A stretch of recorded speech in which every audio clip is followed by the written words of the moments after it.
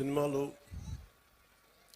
మీరు ఇందాక నా పేరు అరుస్తూ ఉంటే ఒకటే చెప్తాను, మీకు హీరోలు అనేవాళ్ళు ముఖ్యంగా విద్యార్థులు చెప్తున్నా, నాకు అధ్యాపకుల మీద నాకు చాలా గౌరవం, నాకు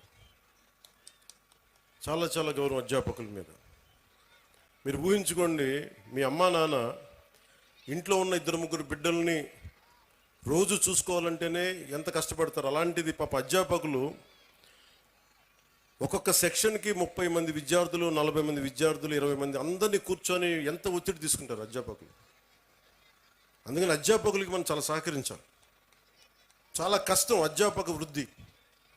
ఈ దేశం బాగుండాలి అంటే కాంట్రాక్టర్లు కాదు మనం పెట్టాల్సింది డబ్బులు, అధ్యాపకుల మీద పెట్టుబడి పెట్టాలి.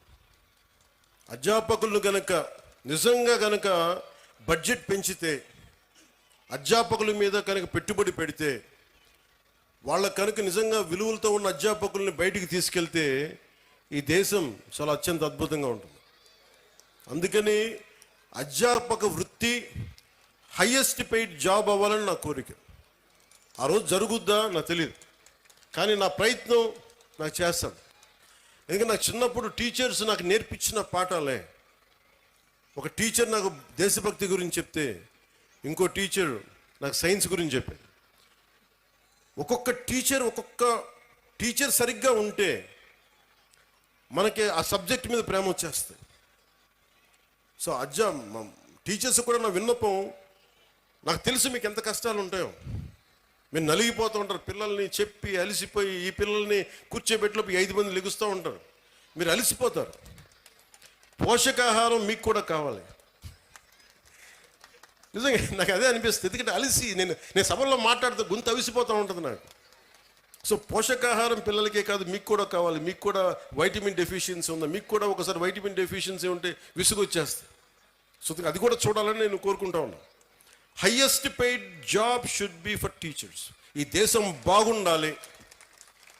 ఎందుకంటే మీరు సరైన టీచర్ ఒక్కళ్ళు దొరికితే దేశం తాలూకు దిశానిర్దేశాన్ని మార్చేస్తారు. నాకు ఒకే ఒక టీచర్ చెప్పాడు, ఇప్పుడు 9th-లోనో 10th-లోనో నాకు తెలుగు పాఠం చెప్పాడు. ఆ తెలుగు పాఠం ఒకటి దేశభక్తి గురించి చెప్పాడు, చంద్రశేఖర్ ఆజాద్ గురించి చెప్పాడు, భగత్ సింగ్ గురించి చెప్పాడు. నాకు దేశానికి ఏదైనా చెయ్యాలని ప్రేరణ కలిగింది ఒక 9th-లో 10th-లో ఇచ్చిన ఒక టీచర్. అలాగే ఎప్పుడో 6వ తరగతిలో 8వ తరగతిలో మెడ్రాస్లో చదువుకుంటా ఉంటే చెన్నైలో ఒక టీచర్ చెప్పింది, ఎదుటివాడి కష్టాన్ని దోచేయకు అని ఒక పాఠం. అది డైరెక్ట్గా ఉండదు, కానీ గుర్రం జాషువా గారు రాసింది ఫిరదౌసి పాఠం చెప్పాడు నాకు. మాట ఇచ్చి నా గురించి నువ్వు నా కోసం శ్రమ కూర్చి రాయి అని ఇచ్చిన తర్వాత ఆ రాజు ఫిరదౌసికి డబ్బులు ఇవ్వడం. నాకు రక్తాన్ని కరిగించి రాశాను, నాకు ఇంటే ఆ మాట అన్నందుకు ఆయన మీద చంపేయడానికి రాజు పెడతాడు. ఆయన తప్పించుకొని తిరుగుతాడు. నాకు ఆ పాఠం నాకు నేర్పించింది ఏంటంటే, ఒకటి గుర్రం జాషువా గారి గొప్పతనం, 2 ఎదుటివాడి కష్టాన్ని మనం దొయ్యకూడదని. సో ఒక్కొక్క టీచర్ చాలా అద్భుతమైన పాఠాలు చెప్తారు. మీ హీరోస్ కూడా సినిమాల్లోనే చూసుకోకండి హీరోలని. నేను సినిమా హీరోగాని చెప్తున్నాను. హీరోలు మీకు ఎలా ఉంటారంటే, మీకున్న అధ్యాపకులు ఉండొచ్చు. ఒక టీచర్ ఇక్కడ పొద్దున్నే ఆవిడ పేరు మర్చిపోయాను నేను, బ్రాంజ్ మెడల్కి రెజ్లింగ్కి ఒక వ్యాయామం ఒక పీటీ టీచరు మీ విద్యార్థులను తయారు చేశారు. ఆవిడ వాళ్ళు వెళ్ళి బ్రాంజ్ మెడల్ కొట్టుకొచ్చారు. And she a hero for me. హీరోలు అంటే మీరు కేవలం సినిమాల్లో మీరే కదా madam, you are a hero. హీరోలు అంటే ఎంతసేపు సినిమాలో ఉండాలనుకోకండి. మామూలు కనిపిస్తారు, నల్లని హ్యాండ్ బ్యాగ్ పెట్టుకొని నవ్వుతా. పొద్దున్న లేచినప్పటి నుంచి వాళ్ళ బిడ్డలు బాగుండాలి, నాకు వాళ్ళు హీరోలు. నాకు వెంకటరామయ్య గారు మాస్టర్ ఒక ఆయన ఉండేవాడు. ఆయన నాకు చిన్నప్పుడు చెప్పిన పాఠాలు, వేమన శతకాలు గుర్తుండిపోయినాయి. నాకు ఆయన హీరో, నాకు ఆ టీచర్.